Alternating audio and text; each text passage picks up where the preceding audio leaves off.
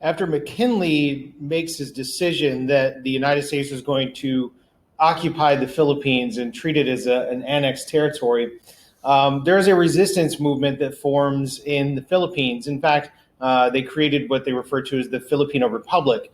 And it's going to be led by Emilio Aguinaldo, who was the president and also the leader of the independence movement.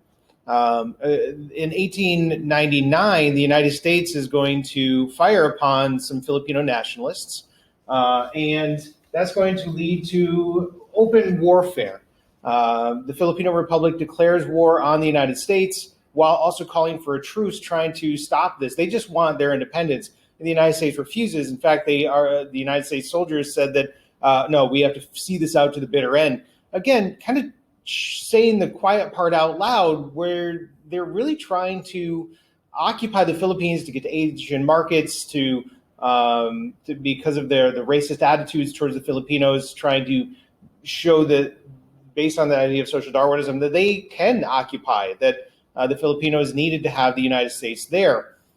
The war is going to last for 3 years. It's going to kill 200,000 Filipinos.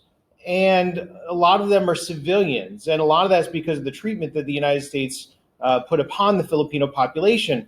There's going to be torture, right? And it's going to be based on a racist attitude towards the Filipinos. The United States is going to use concentration camps. This is where we see the first examples of waterboarding, which is going to be something that is going to be very controversial later. But essentially, it's where you fill a person's stomach full of water, making them have the sensation of drowning until eventually they give you the information they want. The United States does have a large population of anti-imperialist people within its borders. They form a group of people form the American Anti-Imperialist League.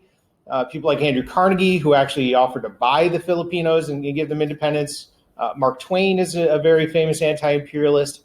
Now, most of the anti-imperialist argument centers around this idea of self-government, that the Filipinos did not want the United States there, so the United States was violating one of its core principles.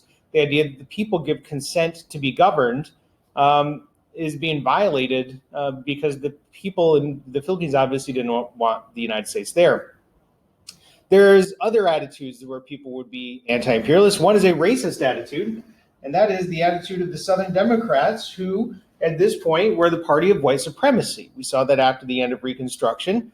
Those Southern Democrats were afraid that if the United States allowed the Filipinos to have equality within our government, that meant that other brown and black people in our country, like African Americans in the South, would call for the end of Jim Crow, and white supremacy would be lost.